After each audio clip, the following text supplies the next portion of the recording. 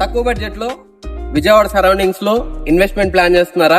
అయితే ఈ వీడియో మీకోసమే.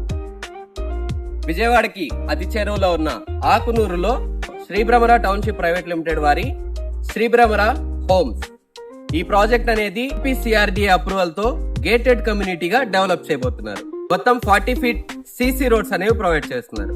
ప్రాజెక్ట్ లో simplex houses and open plots రెండు అవైలబుల్ గా ఉన్నాయి.